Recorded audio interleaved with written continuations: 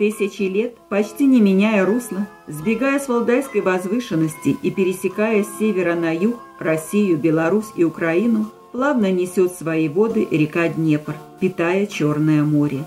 Для любителей истории есть еще белые пятна в многовековом освоении этой водной артерии, расположенной почти в сердце Европы. На берегах этой реки находится и наш родной город Орша, первое письменное упоминание о котором встречается по 1067 годом в повести временных лет, как Ирша под Смоленском. Понятно, что поселение, где ныне расположен город, существовало и раньше, но когда, кто и почему так его назвал.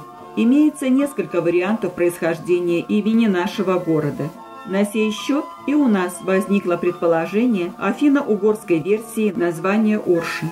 Так ряд специалистов, занимающихся изучением топонимики, считают, что при расселении представители племен и народов, которые в основном перемещались по водным артериям, вначале названия присваивали рекам и озерам, гидронимам, а уж потом и однородным поселениям, айконимам, расположенным на берегах этих рек и водоемов. В частности, Шандер Матичек указывает, что между названиями поселений и гидронимами можно представить два пути развития. Или из гидронима развивается название поселения, или же название поселения служит отправной точкой для гидронима. Среди этих двух путей более древний, более частый путь развития – первый. А поскольку Орша расположена в устье реки Оршицы, то и название поселения, вероятно, произошло от этой реки.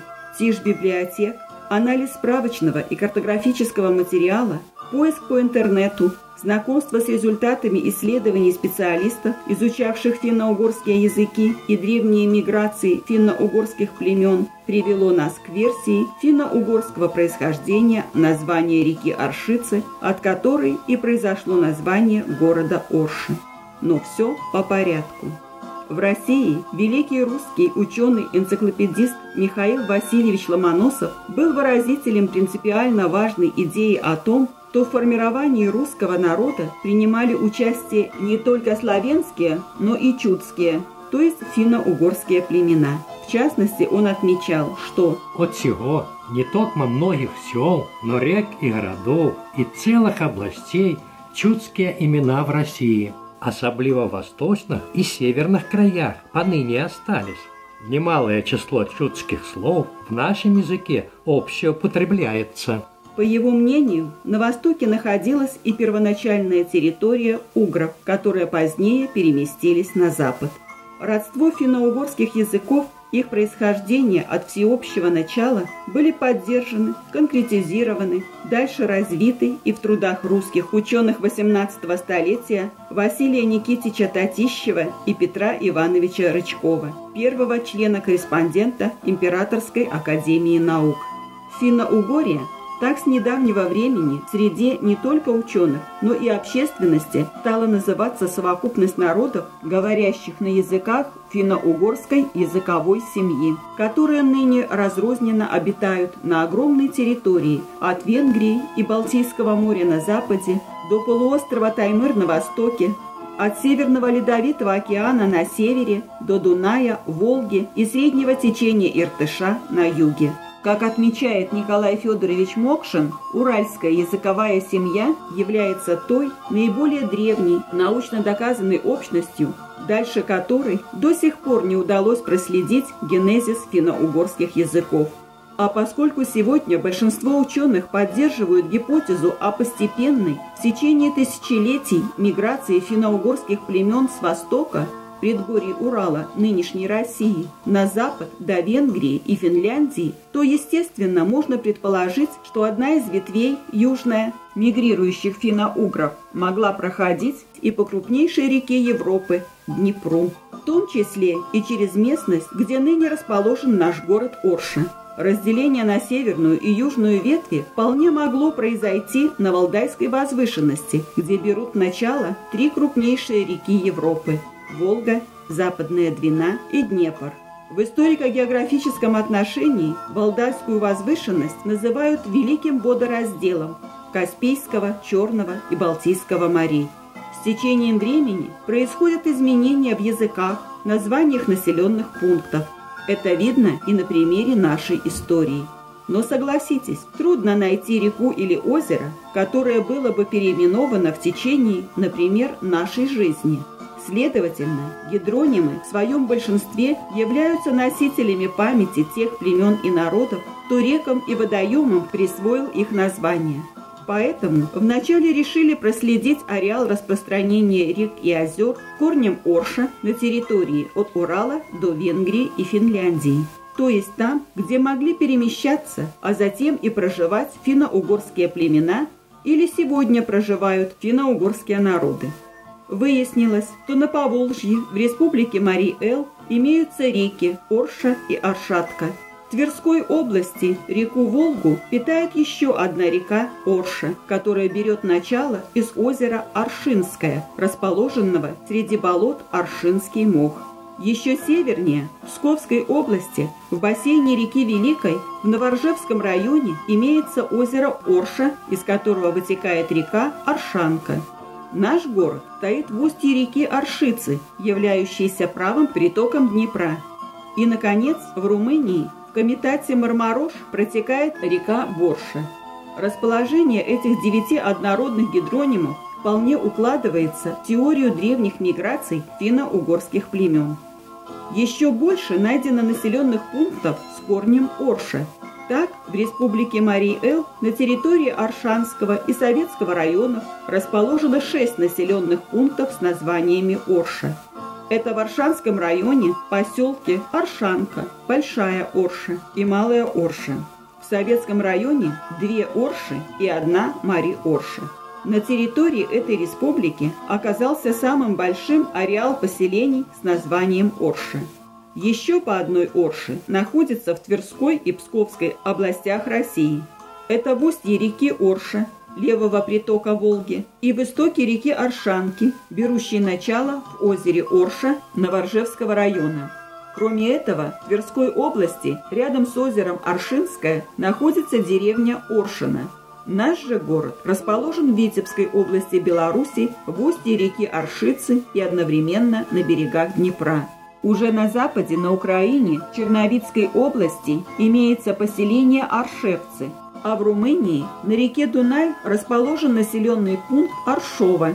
Еще имеется 3 поселения с корнем Борш.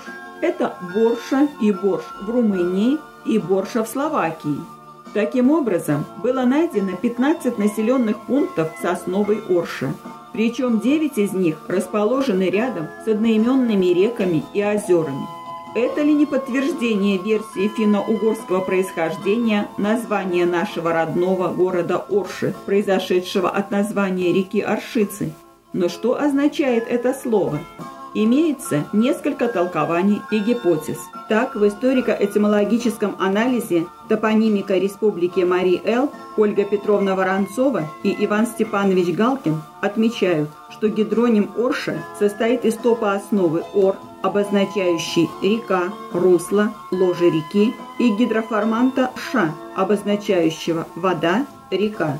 В свою очередь, в словаре географических названий его авторы считают, что гидроним Рша образован из реконструируемой балтской основы «медленно течь». Начальное же «о» в слове «орша» появилось позже, вследствие фонетических причин. А Макс Фасмер считал это название исконно славянским. Известный языковед Борис Александрович Серебренников, столкнувшись с тем, что основная масса гидронимов с гидроформантами ма, га, ша из современных финно-угорских языков, как он считал, не объясняется, то предположил, что в бассейне Волги и на русском севере обитал неизвестный и ныне вымерший народ, который он назвал создателем волго-окской топонимии. Рассматривая происхождение гидронима «Волга», Анатолий Николаевич Куклин связывает его возникновение с миграцией южносибирского населения в Среднее Поволжье. Он придерживается мнения о том, что первоисточником гидронима «Волга» является осанский язык. В древнерусский он попал из тюркских языков, выступивших в качестве передаточного звена. Вот 4 мнения на происхождение гидронима Орша и одно, на гидроним «Волга». И по сей день эти гидронимы еще учеными полностью не исследованы, и нет общего мнения на их происхождение. Нам ближе объяснение Воронцовой и Галкина. Почему? Аргументов несколько. Во-первых, 3 гидронима сосновой Орша расположены в местах нынешнего проживания представителей финно-угорских племен – Республика Марий-Эл и Венгрия, Румыния. Во-вторых, эти гидронимы имеются и на территории вероятных древних перемещений финно-угров – Тверская и Псковская области России, Беларусь. И третий аргумент, но довольно спорный. Так, во время поиска гидронимов и айконимов с основой Орша в России мы нашли 2 гидронима и 8 айконимов похожей основой Аршан, расположенных на территории проживания народов, относящихся к алтайской группе языков. Так, на территории нынешнего Забайкальского края в Хиловском районе имеется село Аршан. Такой же населенный пункт расположен и в Бурятии, Тункинский район. А в Иркутской области их 3. Это в Аларском, Тулунском и в Куйтунском районах. Село Аршановка расположено и в Алтайском районе Республики Хакасия, рядом с которым протекает река Аршановка. И, наконец, 2 похожих населенных пункта размещено в Калмыкии. Это Аршань и Аршань-Зельмень, рядом с которым находится и водохранилище Аршань-Зельмень.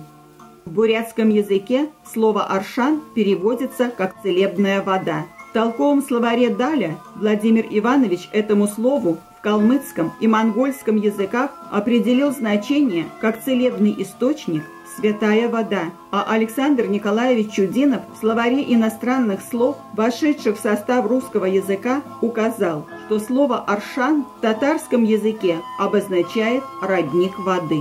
Макс Фасмер в этимологическом словаре русского языка с казахского это слово перевел как «горячий ключ», «минеральный», «целебный источник».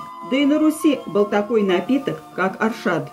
Ранее отмечалось, что в марийском языке слову «орша» Воронцова и Галкин дали толкование как «река», «русло», «ложе реки», «вода». А только что приведенные примеры толкования энциклопедистами слова «аршан» с различных языков алтайской семьи переводят как «целебный минеральный источник», «святая», «целебная вода», «горячий ключ».